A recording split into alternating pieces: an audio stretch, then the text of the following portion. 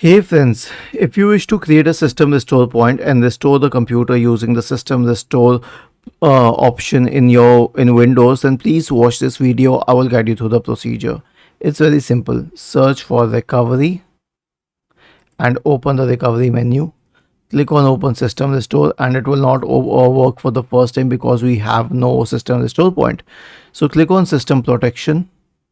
Okay, and even in general you can click on configure system restore to open this option here, and then click on configure, turn system protection on, apply. Okay, after this create button which was grayed out will be available, and click on create and create a system restore point. Give it any name. I'm giving it test. Okay, and it will start creating a system restore point.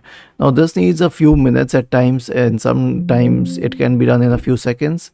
And once it is done, click on close and then okay, then click on open system restore, select next, select the restore point, click on next, click on finish, and then click on yes to restore it. I mean, not at that point of time, but at a later stage when you need to restore your system to an earlier time.